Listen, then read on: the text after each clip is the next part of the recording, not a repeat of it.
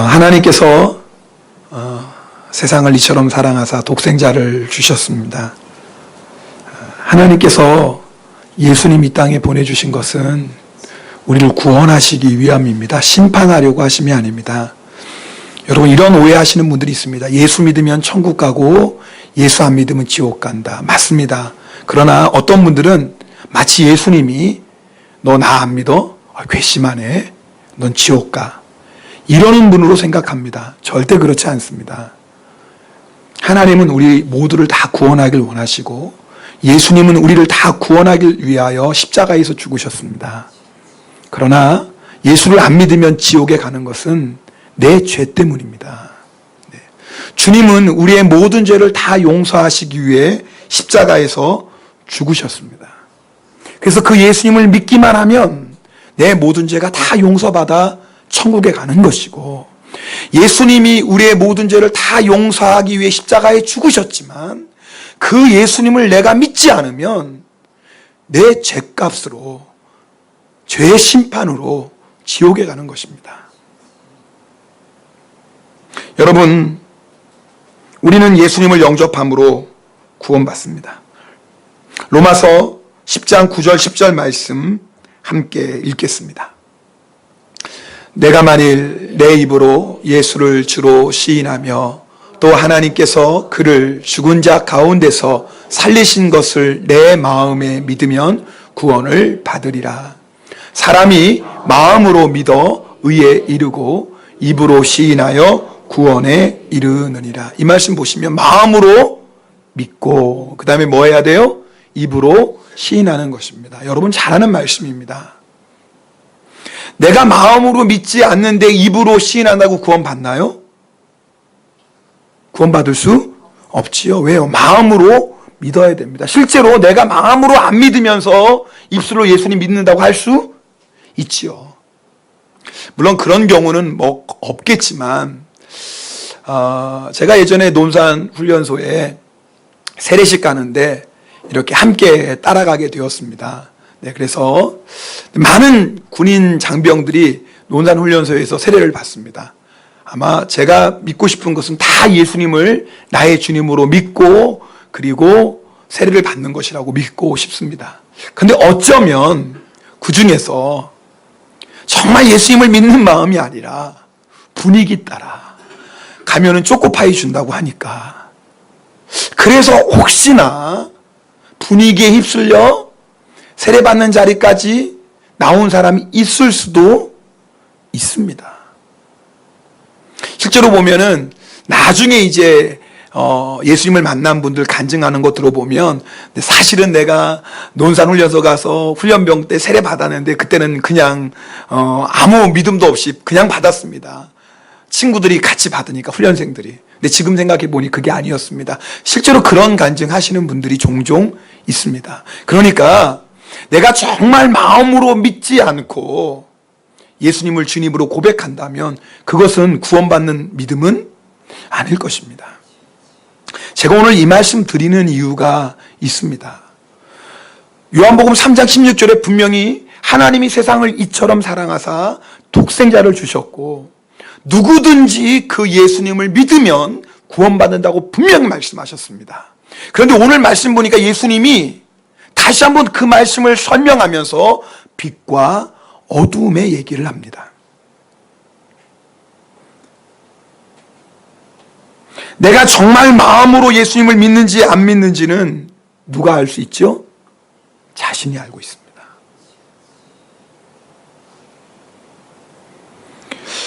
오늘 조심스럽지만 여러분에게 질문하고 싶습니다. 여러분 정말 마음으로 예수님을 믿으십니까? 그리고 이 믿음으로 예수님은 나의 주님이라고 고백하고 계십니까? 왜냐하면 구원의 문제보다 더 중요한 것은 없기 때문에 우리가 이 말씀 다시 한번 돌다리로 두드리고 건너가는 것처럼 다시 한번 이 말씀 앞에 우리의 믿음을 점검해 보아야 됩니다. 왜냐하면 요한계시록의 3장에 보면 예수님께서 4대 교회를 향해서 뭐라고 말씀하시냐면, 내가 살았다 하는 이름은 가졌으나 사실은 죽은 자다 그래요. 그러니까 그러니까 나는 예수 믿는 사람이라고 사대교회 성도들이 얘기해요. 또 교회도 나가요. 예배도 드려요. 봉사해요. 나는 살아있어요. 나는 정말 예수 믿는 사람이에요. 라고 말은 하는데 다른 사람이 볼 때도 저 사람은 정말 예수 믿는 사람인 것 같아 하는데 주님이 보실 때는 뭐예요? 사실은 너 죽어 있다라는 거예요. 내 마음으로부터 예수님을 믿지 않으면 내가 아무리 주님 주님 불러도 그것은 진짜 믿음이 아닌 것입니다. 그래서 마태복음 7장 21절에 예수님께서 이렇게 말씀하십니다. 우리 이 말씀 함께 읽겠습니다. 나더러 주여 주여 하는 자마다 다 천국에 들어갈 것이 아니요 다만 하늘에 계신 내 아버지의 뜻대로 행하는 자라야 들어가리라.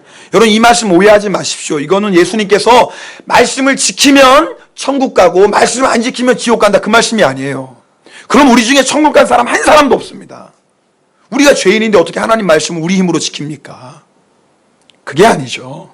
우리는 예수님을 나의 주님으로 믿음으로 말미암아 구원받습니다. 그럼 예수님의 이 말씀은 뭐예요? 너희가 정말 마음으로 나를 믿으면 이제는 예수님이 우리 안에 계시잖아요. 그럼 이제는 뭐예요? 우리의 삶이 주인이 바뀐 거예요. 예수님이 나의 주인이 되신 거예요. 그럼 이제는 우리가 누구 말씀 따라 살아요? 주님 말씀 따라 사는 게 당연해요. 여러분 어려운 게 아니죠. 복잡한 게 아니에요. 예수님이 나의 구세주예요. 예수님이 나의 주인이 되셨어요. 그럼 이제부터 나는 누구 말씀 따라 사는 거예요? 주님 말씀 따라 사는 거예요. 그러니까 당연히 하나님의 말씀대로 사는 거죠. 그런데 입술로는 주님 주님 불러요. 예수님이 나의 주님이라고 불러요. 그런데 사는 것을 보면 내 마음대로 계속 살아요. 그럼 예수님이 질문하는 거예요. 네가 입술로는 주여 주여 부르는데 너 정말 나를 주님으로 믿는 거 맞냐? 바로 그 말씀이에요.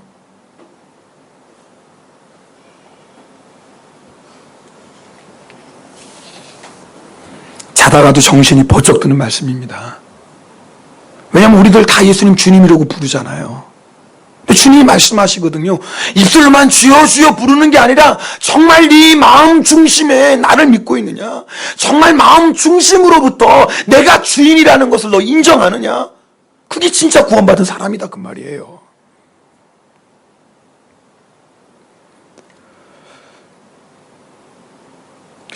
그런데 예수님을 향해 주여 주여 부르는 사람들이 자신들이 입술로는 예수님을 주님이라고 부르고 있지만 마음으로 예수님을 믿지 않고 있다는 사실을 알고 있었을까요? 자, 다시요 보세요. 입술로 내가 주님 주님 부르는데 실제로 마음속으로는 예수님을 진짜 주님으로 믿지 않고 있다는 것을 알고 있었을까요? 모르고 있었어요.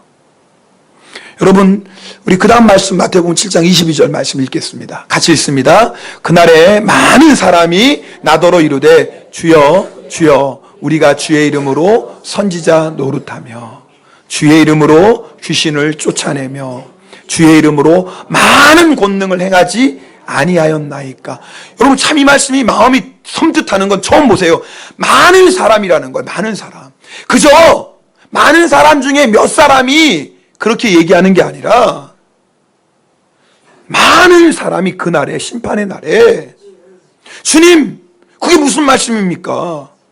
우리가 주님의 이름으로 선지자 노릇도 했잖아요. 주님의 이름으로 귀신도 쫓아냈잖아요. 주님의 이름으로 많은 권능도 했잖아요. 그런데 주님 우리를 모르신다는 게 말이 됩니까? 지금 이런다 그 말이에요. 그때 예수님께서 뭐라고 말씀하십니까? 23절에 이렇게 말씀하십니다. 그때에 내가 그들에게 밝히 말하되 내가 너희를 도무지 알지 못하니 불법을 행하는 자들아 내게서 떠나가라. 여러분 불법이 뭐예요? 하나님의 말씀이 아닌 게 불법이에요. 하나님의 말씀이 법이에요. 불법은 하나님의 말씀이 아닌 게 불법이에요. 그러니까 무슨 말씀이에요? 너희가 입술로는 주여 주여 불렀지만 너희는 하나님의 말씀대로 살지 않았다라는 거예요. 왜 말씀대로 살지 않았느냐? 너희가 마음으로부터 나를 주님으로 인정하지 않았다라는 거예요. 너희가 만약 마음으로부터 나를 인정했다면, 주님으로 인정했다면 당연히 주의 말씀대로 살았을 텐데, 너희가 입술로는 주여 주여 부른다고 하지만, 나의 힘으로 많은 것을 행했다고 하지만 사실 너희는 마음으로부터 나를 주님으로 인정하지 않았다 그 말입니다.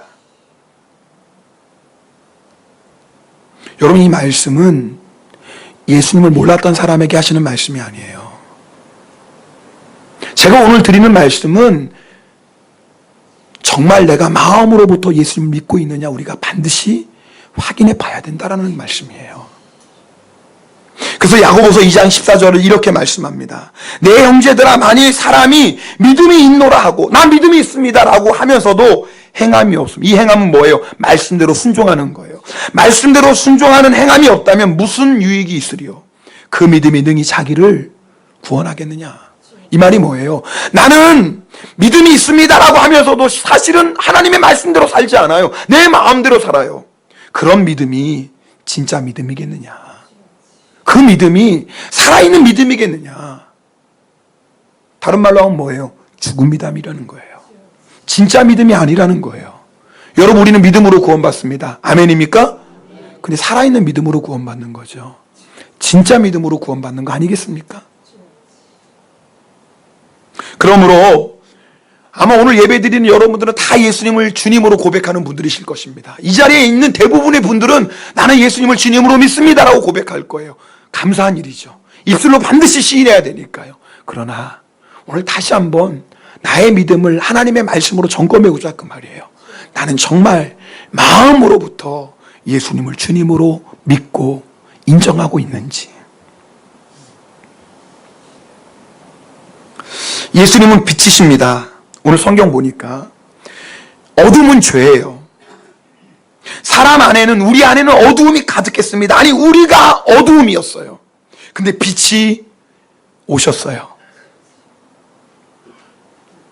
자, 여러분 보세요. 빛이 오면은 반드시 어두움은 두 가지 반응을 하게 되어 있어요. 첫 번째는 뭐냐면 내 안에 있는 어두움을 보고 어머, 알고 보니까 내가 완전히 어둠이네. 다른 말로 하면은 빛 대신 예수님 앞에 내가 죄인이네.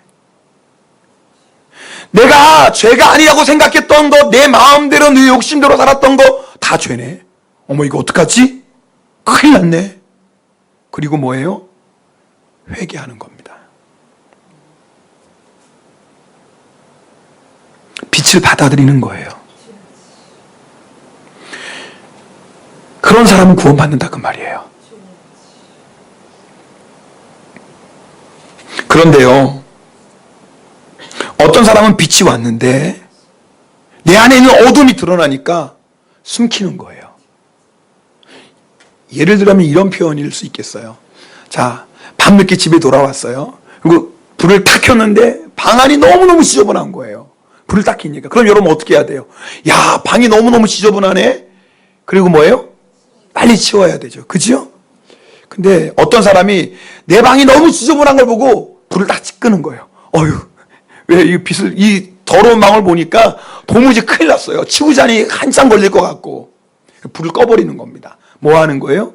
내 방이 너무 더러운 걸 무시하는 거예요. 왜요? 치우기 싫으니까. 아니, 나중에 치우지 뭐.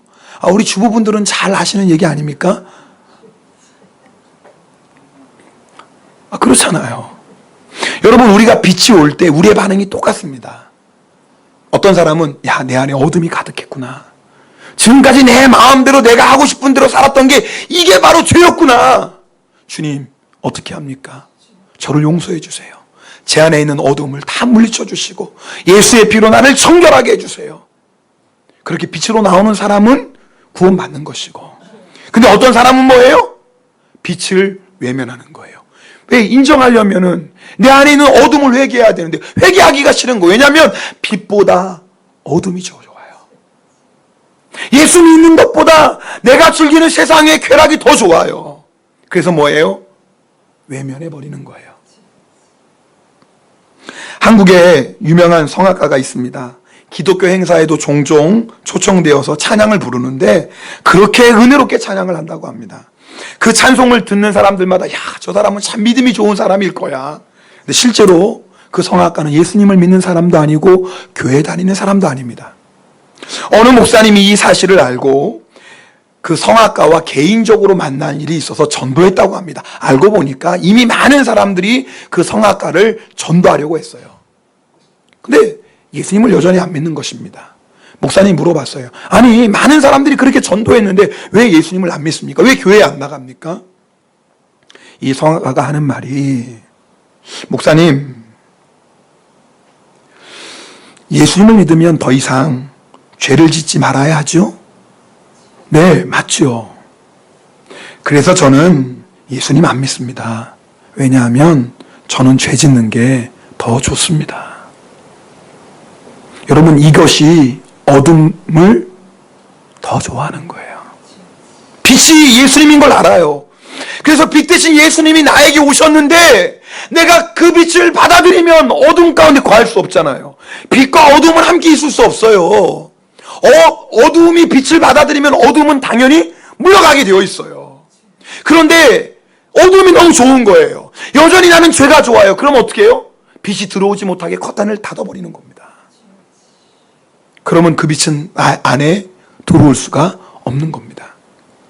그래도 여러분, 이 사람은 나은 편이에요. 왜요? 빛과 어둠이 함께 있으면 있을 수 없다는 걸 인정하잖아요. 그런데 이 사람은 소망이 있어요. 왜냐하면 예수 믿으면 더 이상 어둠 가운데 있으면 안 되고, 예수 믿으면 어둠의 일을 버리고, 예수 믿으면 이제 빛 가운데 사는 것을 이 사람은 그래도 알아요. 그러니까 소망이 있는 거예요, 이 사람은. 그렇잖아요. 정말 문제가 뭔 줄 아세요? 빛 대신 예수님을 믿는다고 하면서도 여전히 어둠을 더 사랑하는 겁니다. 이게 정말 문제예요. 빛과 어둠이 함께 있을 수 있다고 생각하는 거예요. 여러분, 내가 빛 대신 예수님을 아무리 믿는다고 고백해도 내가 어둠을 더 사랑한다면 내 안엔 사실 빛이 없는 것입니다. 누가복음 5장 32절 말씀입니다. 이 말씀은 함께 읽겠습니다.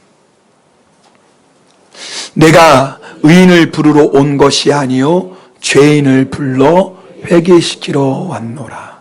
여러분, 우리 예수님은 의인을 부르러 오신 분이 아니에요. 왜? 이 세상에 의인은 한 사람도 없어요. 다 죄인이에요. 그러니까 예수님이 오신 것은 우리를 심판하려고 오신 분이 아니에요. 우리를 지옥 보내시려고 오신 분이 아니에요. 우리를 뭐예요? 구원하시기 위해서 죄인들을 부르러 오신 분이에요. 그런데 죄인을 부르시는 목적이 뭐예요? 회개케 하려고 부르시는 거예요. 오늘 이 말씀은 잘 들으셔야 돼요. 예수님은 의인을 부르러 온 것이 아니라 죄인을 부르러 왔다. 여기서 끝나면 안 돼요.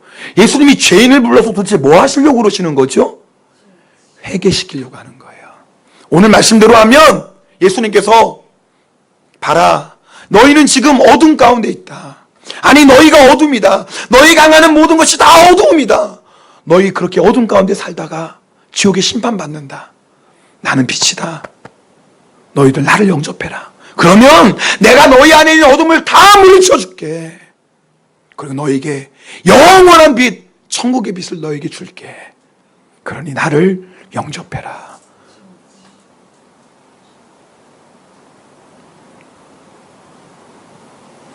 여러분 가운데 어둠보다 빛이 전 좋습니다. 그렇게 고백하는 사람은요, 정말 빛 가운데 있는 분입니다. 그러나 우리가 아무리 입술로 주여 주여 불러도 빛보다 어둠을 더 사랑한다면 우리는 여전히 어둠 가운데 있습니다. 오늘 예수님의 말씀입니다. 여러분, 내가 아무리 좋게 들으려고 해도 거부할 수 없는 말씀이에요. 너희가 빛을 더 사랑한다면 너희는 지금 빛 가운데 있는 거다. 어려운 말씀. 너희가 어둠을 더 사랑한다면 지금 어디 가운데 있는 거예요? 어둠 가운데 있는 거예요. 내가 인정하고 싶지 않아도 주님의 말씀이에요. 여러분, 빛을 더 사랑하십니까? 아멘 소리가 점점 줄어드시지. 갑자기 불안해지네.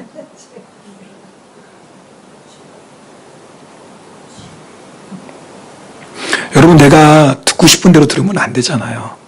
그렇잖아요. 하나님의 말씀 앞에 그냥 말씀 그대로 받아들여야 되는, 오늘 예수님 말씀하시잖아요. 그들은 나를 영접하지 않았다. 내가 빛으로 왔는데 그들은 나를 영접하지 않았는데 이유가 뭐냐면 빛보다 어둠을 더 사랑하기 때문이다. 그러니까 이 말씀으로 나를 비춰보면 되잖아요. 내가 지금 빛보다 어둠을 더 사랑한다면 나는 어둠 가운데 있는 사람인 거예요.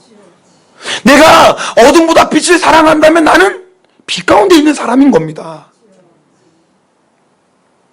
물론 우리가 예수 믿고 구원받았다 할지라도 우리 안에는 여전히 어둠의 일이 유혹합니다. 그래서 때로는 어둠의 일에 넘어질 때도 있습니다. 그런데요, 여러분, 예수 믿는 사람은요, 어둠의 일에 넘어지고 나면 마음이 어때요? 괴로워요. 왜냐하면 빛과 어둠이 함께할 수 없는 것처럼 빛 대신 예수님이 내 안에 오고 여전히 내 안에 죄가 있으면 괴로운 거예요. 성령님이 탄식하세요. 그래서 정말 빛을 모시고 사는 사람은 죄짓고 나면 마음이 너무너무 힘든 거예요. 너무너무 괴로운 거예요. 여러분 다 경험하시잖아요. 그 답답함은, 그 괴로움은 뭐 하기 전까지 사라지지 않아요? 회개하기 전까지는 절대 사라지지 않습니다. 때로는 내 안에 있는 죄를 무시하기도 해요. 아니야, 이건 죄가 아니야. 나만 그러나 다른 사람도 다 이렇게 하는데 뭐. 지금 내 상황은 어쩔 수 없어. 그것도 먹고는 살아야지. 이렇게 스스로를 합리화시켜도요, 내 마음 깊은 곳에는 성령의 탄식이 느껴집니다. 빛이 있는 사람은 반드시 그렇습니다. 마음 깊은 곳에는 너 이게 아닌 거 알잖아. 빛이신 예수님을 영접한 사람은요, 어두움의 일을 행할 때 성령님이 탄식하십니다. 마음이 괴롭습니다. 내 마음이 괴로워서 회개하지 않고는 견딜 수가 없는 거예요. 여러분에게 이런 은혜가 있기를 축복합니다. 그런데 끝까지 회개 안 하는 거예요.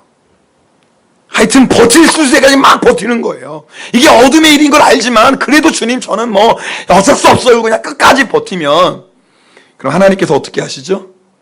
징계하십니다. 왜요? 사랑하시니까. 히브리서 12장 8절 말씀 함께 읽겠습니다. 히브리서 12장 8절입니다. 징계는 다 받는 것이오늘 너희에게 없으면 사생자요 친아들이 아니리라. 우리 그 앞에 말씀 보세요. 징계는 뭐예요? 다 받아요. 무슨 말이냐면 하나님의 아들들은 징계를 다 받아요. 이게 무슨 말이에요? 쉽게 얘기하면 여러분 자라날 때 부모님에게 한 번도 혼 안 나고 자라난 분 있어요? 손 들어보세요. 다행이에요. 저는 손 드는 분이 있을까 봐 걱정했어요. 굉장히 교만하신 분이 계시거든요. 그러니까 자기를 모르는 분이 손 드는 거거든요. 저도 무지하게 맞고 자랐어요. 이유는 하나예요. 말 안 들으면 맞는 거예요. 근데 옆집 아저씨가 때린 적은 한 번도 없어요. 다 우리 어머니 아버지가 때렸어요. 너무하시지. 아니 사랑한다면서 왜 때려요? 네, 자식이니까 때리는 거예요. 자식이니까. 하나님도 똑같습니다. 우리가 예수 믿고 한 번도 곁길로 나가지 않은 적 있나요? 내가 예수 믿고 100% 하나님 말씀에 계속 순종하고 살았나요? 사실 아니잖아요. 저 김 목사를 포함해서. 때로는 주님의 뜻이 아닌 줄 알면서도 그냥 고집 부리고 주님 회개하라고 사인하는데도 괜찮아요 그러면서 막 끝까지 버티다가 한두 번씩 다 맞아본 경험 있잖아요. 지난 한 주간에도 맞다가 오신 분 있을지도 몰라요. 삐져가지고 오늘 교회 갈까 말까 하다가 그래도 가야지, 진짜 교회 안 가면 큰일 나지, 이래서 오신 분 있을지도 몰라요. 근데 여러분 그게 감사의 제목이에요. 하나님이 나를 사랑하시고 하나님이 나를 택하시고 내가 하나님의 아들이라는 증거예요. 정말 무서운 건 뭐냐면 내 마음대로 살고 내 고집대로 살고 내가 계속 어둠 속에 사는데도 하나님이 가만히 계시는 거예요. 이게 진짜 무서운 거예요. 하나님의 아들이 아니기 때문에 그래요. 그래서 사도 바울은 로마서 13장 12절 14절에 이렇게 말씀합니다. 우리 이 말씀 함께 읽겠습니다. 밤이 깊고 낮이 가까웠으니 그러므로 우리가 어둠의 일을 벗고 빛의 갑옷을 입자. 낮에와 같이 단정히 행하고 방탕하거나 술 취하지 말며 음란하거나 호색하지 말며 다투거나 시기하지 말고 오직 주 예수 그리스도로 옷 입고 정욕을 위하여 육신의 일을 도모하지 말라. 우리 맨 처음부터 보세요. 여러분 이 말씀은 어디에 보낸 편지예요? 로마 교회에 보낸 편지예요. 지금 사도 바울이 로마 교회에 편지하면서 너희가 어둠의 일을 벗어라. 어둠의 일을 벗어라. 이제 어둠 가운데 살지 말라는 거예요. 너희가 이제 예수 믿고 빛의 자녀가 되었으니까 어둠의 일을 벗고 빛의 갑옷을 입어라. 그 말씀이에요. 낮에와 같이 단정히 행하라. 무슨 말이에요? 너희는 이제 빛이 되었으니까, 빛 대신 예수님을 모시고 사니까 이제는 마치 낮에 행하는 사람처럼 단정하게 살아야 된다. 너 방탕하거나 술 취하지 말아라. 음란하거나 호색하지 말아라. 다투거나 시기하지 말아라. 왜냐하면 너희는 이제 빛이 되었으니까. 어둠의 일을 물리쳐라. 오늘 이혜욱 집사님이 귀한 나눔 해주셨어요.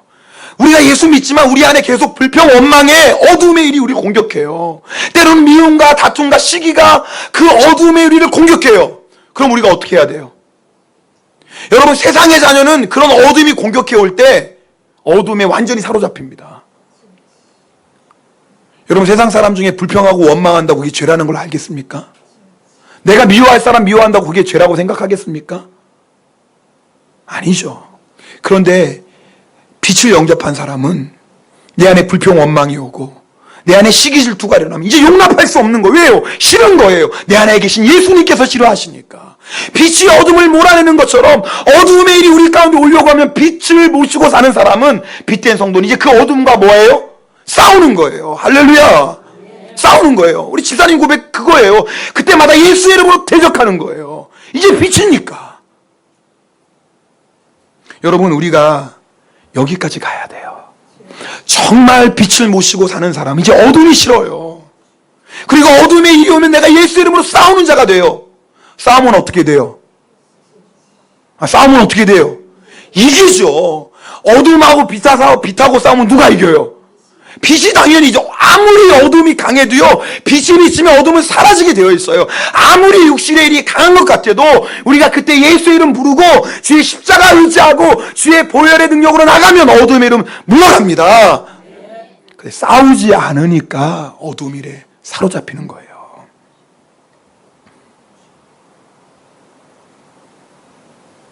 그래서 사도 바울은요, 너희가 육신의 일, 어둠의 일을 이제 다 벗어버리고 빛의 갑옷을 입자. 빛의 갑옷이 누구예요? 예수 그리스도예요. 예수님이 빛이니까 예수님으로 충만하는 거예요. 우리가 왜 날마다 예수님 바라보자고 그래요? 예수님 빛이잖아요. 우리가 빛 대신 예수님 계속 바라보면 어둠이 들어올 틈이 없어요.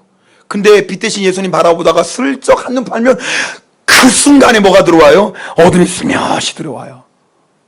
야, 말이죠. 한순간이에요. 여러분, 한순간이에요.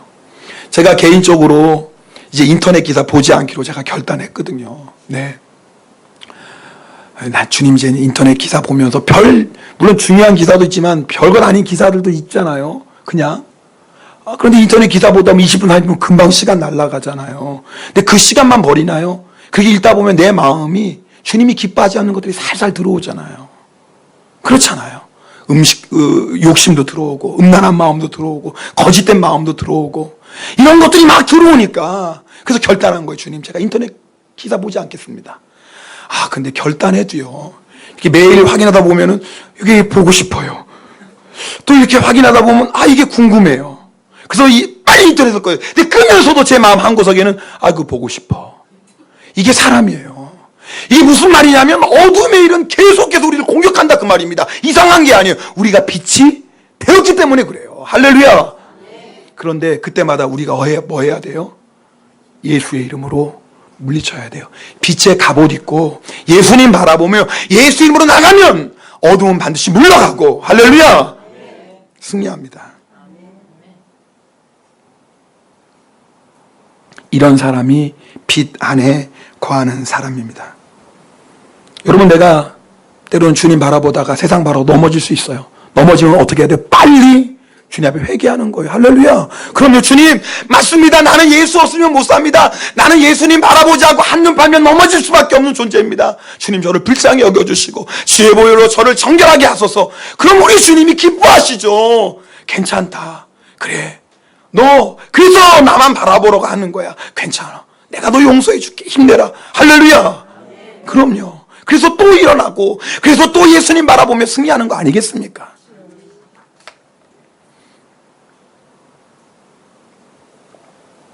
가나안 농군학교 교목 오세택 목사님이 부산 어떤 교회 부목사로 있을 때의 이야기입니다.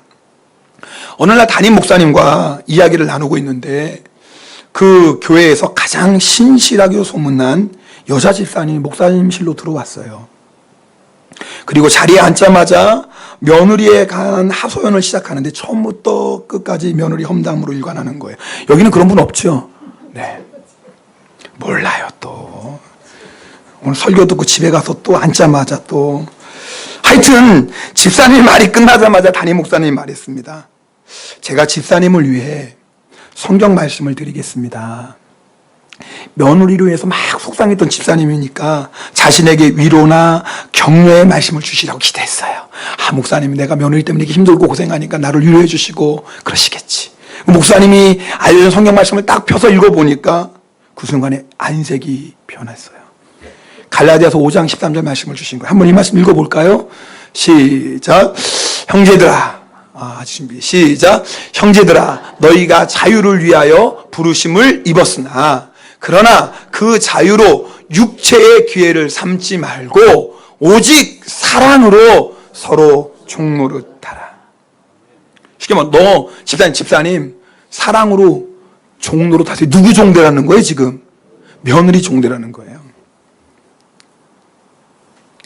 그 말씀을 읽고 집사님이 목사님 얼굴을 정면으로 응시합니다.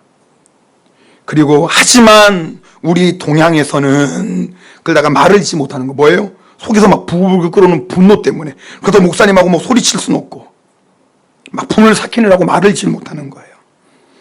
그때 목사님이 다시 물었습니다. 집사님, 정말 구원 받으셨습니까? 오늘 설교 제목을 한다면 집사님 정말 빛 안에 있습니까? 이 얘기예요. 집사님 정말 빛의 자녀 맞습니까? 이 얘기예요. 목사님이 집사님에게 구원받았느냐고 새삼스럽게 물은 것은 정말 예수님을 주인으로 모시고 살고 있습니까? 이 얘기예요. 정말 예수님의 지배 속에서 살고 있습니까? 정말 집사님은 거듭난 그리스도인입니까?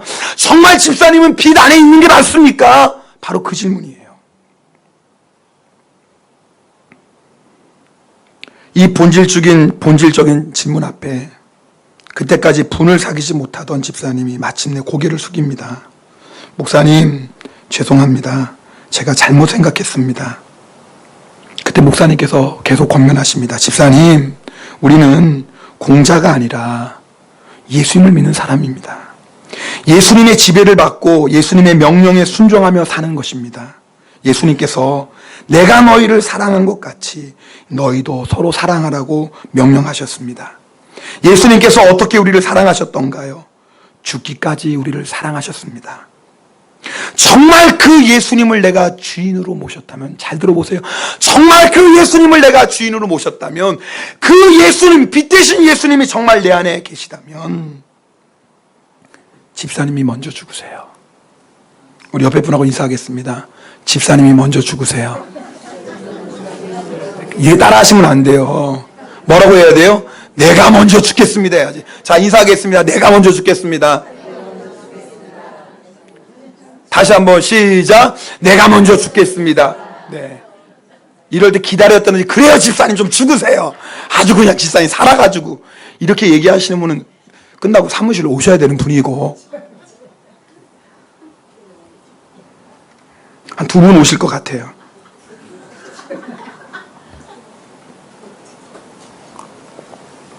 집사님이 며느리에게 먼저 종노릇 하세요. 그래야 구원받은 성도입니다. 그래야 빛 안에 있는 성도입니다. 그래야 빛 가운데 거하는 성도입니다. 그런 얘기죠. 그때 우리 주님께서 비로소 집사님의 가정을 책임져 주실 수 있습니다. 여러분 아십니까? 내 마음이 지옥인 것은 다른 사람 때문이 아니에요. 내가 빛 가운데 거하지 않기 때문입니다. 여러분 이 말씀 오늘 잘 들으세요. 내가 누구 때문에 내 마음이 지옥되는 게 아니에요. 그럼 속는 겁니다. 왜냐하면 절대 지옥은 천국의 권세를 이길 수 없습니다. 아멘입니까? 음부의 권세는 교회를 이길 수 없습니다. 어둠은 빛을 이길 수 없어요. 내가 정말 빛이 되면 오히려 내가 가는 곳마다 어둠은 물러나는 겁니다. 누구 때문에 내가 지옥되는 게 아니에요. 내가 빛 대신 예수님 바라보지 못하기 때문에 내 마음이 지옥되는 거죠. 그날 목사님과의 면담을 통해 그 집사님은 정말 거듭났습니다. 이튿날부터 며느리가 일어나기 전에 먼저 일어나 밥을 짓고 오후에 며느리가 바쁠 때에는 시장도 다녀왔습니다. 정말 며느리를 위해 사랑으로 종로를 댔습니다. 시어머니가 이처럼 그리스도 안에서 며느리에게 종로를 타는데 며느리가 변했을까요? 안 변했을까요?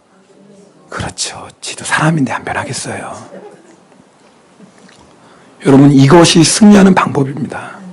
어둠은 어둠하고 싸우는 게 아니라 네가 어둠으로 나와? 나도 성질 있어. 내가 얼마나 어둠인지 너 모르는구나. 이러고 싸우면 완전히 그냥 지옥 되는 겁니다. 어둠이 우리를 공격할 때 어떻게 이기는 거예요? 빛으로 나가는 겁니다. 네가 아무리 어둠으로 와도 나는 사랑의 빛으로 나가리라. 나는 감사의 빛으로 나가리라. 나는 섬김의 빛으로 나가리라. 나는 희생의 빛으로 나가리라. 아멘도 안 하시네. 아멘 했다면 큰일 날 것 같죠. 이제 종로릇 해야 되니까.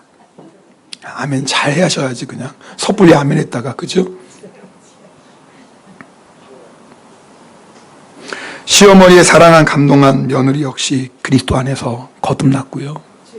그리고 며느리는 며느리대로 시어머니에게 종로릇 하였으면 물론이죠. 여러분, 이 집사님은 정말 빛이에요. 그러니까 빛이신 예수님을 영접하고 빛 대신 예수님의 말씀에 순종했습니다. 만약 이 집사님이 어둠 속에 있었다면 빛을 거절했겠죠. 목사님, 그게 무슨 말씀이에요? 그런 예수라면 안 믿겠어요. 그랬겠죠. 만약에 그 안에 어둠이 있었다면. 이 집사님 빛인 거예요. 빛이기 때문에 빛 대신 예수님의 말씀에 순종한 거예요. 여러분, 그 순종이 얼마나 어려운 순종이 여러분 아시지 않습니까? 어떻게 며느리에게 시어머니가 종로릇 하겠어요?